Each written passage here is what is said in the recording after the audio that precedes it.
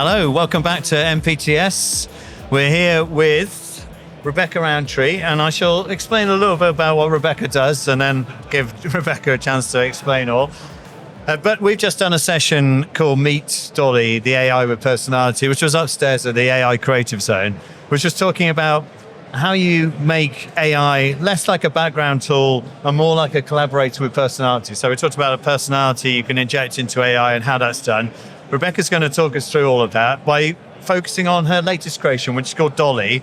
And Dolly is a personal AI hype woman, which is a great phrase, designed to make you shine by analyzing your LinkedIn posts, track achievements, spot patterns you might miss, and translate them into confident, accurate storytelling about your work. So that's in a nutshell what Dolly does. But I think before we talk about Dolly, first I want to find out a little bit about you, Rebecca. So can you tell us a little bit about your background and sort of how you got into AI in the first place as well? Yeah, so I'm what in my industry would say a traditional creative. So I've been in the advertising industry for God knows how many years now, over 15 years, working on big advertising campaigns for Kellogg's, for Nike, Sainsbury's, you name it. And about sort of 3 and a bit years ago, I really fell in love with AI. And the reason for that is, one, because I always say to people, I'm the most curious person in the world. And I just was like, oh, this is a really nice, shiny new toy. As it turned out, it's not just one thing. It just basically any ideas that I have, and as a creative, I have many, it sort of makes it happen, you know? So that's kind of the background. And then really delve into it and just, became an expert. And on that session upstairs, we had a picture which showed all your different AI assistants you've created. So I've written down the names. There's Dave, Roxy, Rebecca, and Dolly. And then there is an additional one that's around your dad as well. So do you want to tell us which one you created first and sort of how you went about doing it? Yeah. So I think because it's been a while now, but I created Dave first because I was doing a big conference in Berlin where I was doing 3 talks on stage and lots of organization. And suddenly, I'm not my own person. I'm sort of having to be my own PA, and it's something that I absolutely hate. And I was fearing that I would miss my plane or do all sorts. So I built Dave as my personal assistant. And I purposely called him Dave because when you think of a personal assistant, you always think about a woman. And Dave is unflappable, no stress. And sort of built him so that he would put all of my details for this whole conference in one, easy thing for me to read, but also put calendar invites so I didn't miss anything. And then with all of my AI assistants, I sort of released them for free into the world, mainly on LinkedIn. And then Dave just became viral, which means that tons of people wanted Dave. And then a bit later on, I went on holiday to France, and I had a really bad Airbnb host who tried to sort of said that my children had scratched the wall when it was pre-existing scratch. And one of the things I do with that frustration is how can I turn it into something positive, but also help others. So I built Roxy, which is my email assassin. And she is a kind of detective. She, again, sort of asked me all the facts because I built her that way. And then also looked at the rules of Airbnb and then just crafted the best email ever. Did it work? And it worked. All right. She after the second email, she stopped and she said, she said, we'll leave it at that. And then I didn't have a bad review. She also drafted emails to Airbnb, told me the process because, you've got to make sure you're safe. Yeah. And actually, one thing we didn't talk about is Roxy has helped tons of people, with stuff. And one woman just said, I just wanted you to know that I got £200 back thanks to Roxy. So saving money. Wow. So she can pretty much just work on your behalf for whatever the problem is. Yeah. I mean, you'll just always have an email at the end of it, but she knows the rules. She'll ask you the facts. Again, because AI, and we'll talk more about that with Dolly, can just manufacture stuff that doesn't really sort of tell you necessarily the right thing. So she's built in such a way that she will interrogate you first and then deliver the assassin email in such a way. Brilliant. Love it. And then, and then Rebecca AI is because sometimes I don't really fancy selling myself. It's always a sort of different hat that you have to put on. Yeah. So Rebecca is built to sort of upsell me and to tell everyone what I'm about. So if you're not sure if you can work with me, you can just speak to Rebecca AI and then she'll go, of course she can do that. In fact, she's done this for this person. Brilliant. And then finally, Dolly. I was going to say, Dolly, we come to, so I can give my brief overview of Dolly. You were telling me at Christmas time last year, you wanted to reflect on your achievements like everyone does on LinkedIn. You had South by Southwest, you'd done Cannes Lions and lots of AI workshops with big brands. You wanted to sort of tell people about your achievements in a way that felt authentic for you, but also it's kind of hyping yourself out, which is not very easy for a lot of people to do. So you thought, well, let's create an AI assistant that can do that for me. And that's a kind of premise for Dolly, isn't it? Yeah, exactly. It's funny because if you spoke to people who follow me on LinkedIn or are connected, they'd be like, but hang on a minute, you're really good at hyping, doing LinkedIn posts. But actually, like everyone, I get what I call the LinkedIn cringe. And it takes a lot of pressure to sort of actually press post on LinkedIn. And for some reason, it was the end of the year and the pressure just became huge. And I really just wanted to sort of celebrate all my achievements. It was one of the best years I've ever had. And I thought, what a shame. But also, it would be almost sort of costing me money because by sort of talking about your achievements, you also sort of get new clients on the back of it. Sure. So I needed to try and figure out how to answer that problem. And with everything, use that kind of anger, or not anger, but sort of frustration as fuel. And so, I built Dolly just for me at first to try and say, because it's a confidence thing sometimes. It's not necessarily the not being able to do it. So I wanted a hype woman that was based, that was going to help me, but also based on facts, because as I mentioned, AI can just lie to you and just say you're brilliant when I don't want that. I want it to be factual. And then another thing that annoyed me is that LinkedIn has all this data on you and they're using it for brands. And I was like, well, I want to use my own data. Thank you very much. Yeah. So I downloaded all my data, which had all of the posts I had for the entire year from LinkedIn. And with that, I sort of thought, wow, that's interesting. I wonder if I can do like my own little Spotify rap, which was really sort of going on in the background at the time, but for my achievements. So Dolly just looked through all this data, and every month went, January you did this, February you did that. And I had remembered stuff that I didn't know about. And then sort of posted about that. And, I guess the key thing is that I then thought, well, this is so helpful for me. I need to make sure that she is there for everyone. So, but, it's one thing designing something for yourself that you know exactly what to do. It's another making sure that it's easy enough for someone who's brand new to it to be able to use it. So that's why I always give personalities to my AIs, because I think that helps sort of make people understand what they're about.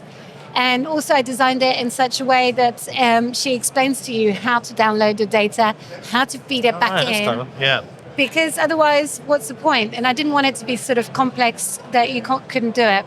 Yeah, so she kind of talks you through the process. Through everything, and it becomes easy. Yeah. And so, again, I sort of posted her out into LinkedIn. I always do a little generative AI image based on me of Dolly.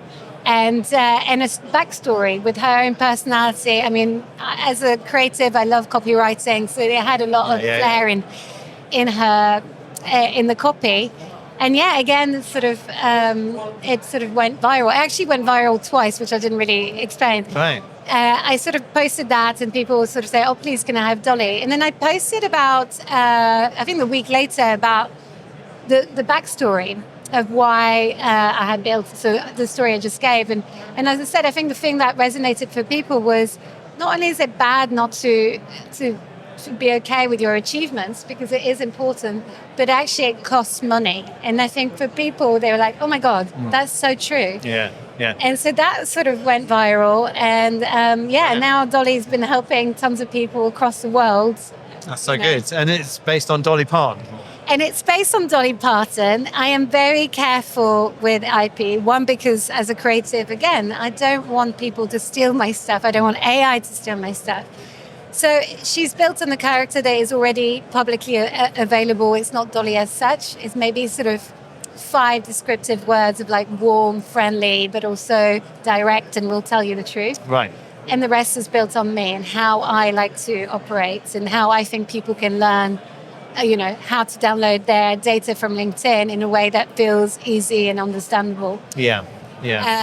So the personality side then, that you've given each of these AI assistants, what process do you go about to try and build that personality into the AI?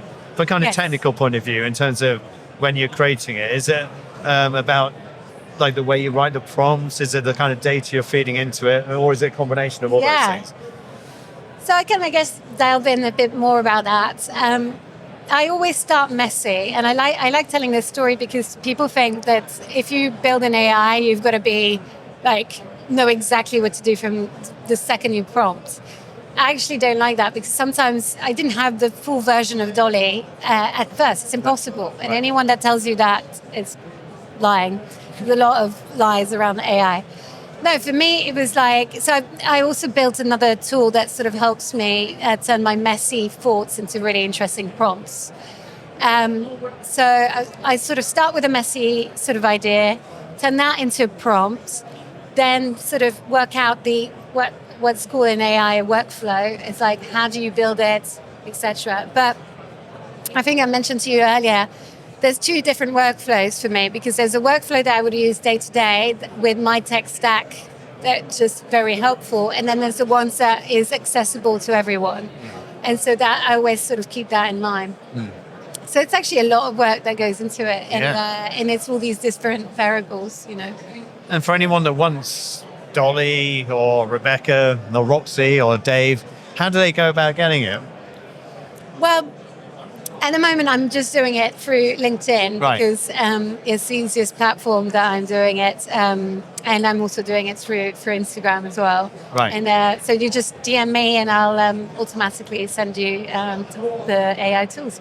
Brilliant. And also, one thing we did talk about at stage, which I think is interesting and useful to talk about now as well, which is what this kind of people like you developing this type of content or this type of solution means for the future of the creative industries. Kind of taking AI into the hands of normal people rather than tech billionaires. I know it's kind of a passion of yours, isn't it? So do you want to talk a little bit about that? Yeah, it's a passion of mine. I think, it was sort of not born from frustration, but when I first started talking about AI, is sort of similar forums to here, I would get a lot of people who would sort of shout out their anger to me of I'm taking their job almost. Yes. I became the job. Yeah. And it was funny to me because I'm a creative. I am not your typical AI builder.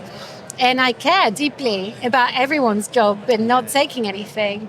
But so then I sort of thought, well, the problem is that it's already here. So by saying, we should stop is a very, very bad idea. Yeah. And as we know, LLMs, generative AI, are based on what we feed it, the data set. If we are not part of the data set, and by we I mean everyone in the room, the ones who are not the tech billionaires, then we're not part of this data set. We're not sort of pushing things so that it is better for us. Yeah. So I always say it's better to be in the room, part of it, but also shape it the way you'd like it to be. Yeah, brilliant. Yeah. And looking to the future, I mean, you've created all of these AI assistants, and my understanding is you use a lot of these every day. Yes. And so you're I talk to them. You talk to them every day. Yeah. Right. Okay. Brilliant. What do you think you're missing, or do you think you're missing anything on AI assistants now? And how do you think they might develop for normal people to start to use these in the way that you are doing? Oh gosh, this kind of question in 2 parts. So what I would do, I'm literally every day I have to stop myself and say, you've got too much to do. Don't build something, please. Right. I could give you an example. What was it? oh, I'm doing a big keynote for South by Southwest. Oh, yeah. And I was like, well, I should really just put everything in one place and just have a sparring partner is what I want to build for my keynotes. And then I was thinking about doing all the graphics, because I talk a lot about AI assistant, but I also do a lot of generative AI. Yeah. And I wanted to do a keynote that was very different, like the videos just jump at you, that kind of stuff. Brilliant. So that's the problem, because it's like, and I have to do this by Monday, so probably not all of this. Wow. So I just get excited by all the different things that we can do, you know? Yeah. From the littlest thing, like I have a big community through Get Shit Done with 750 people on WhatsApp alone. And, you know, the other day I just told everyone, oh yeah, I now know how to do a newsletter in 2 seconds. All I have to feed is just the images of people and the biogs, etc. It just builds it in 1 second. Right. And it designs it.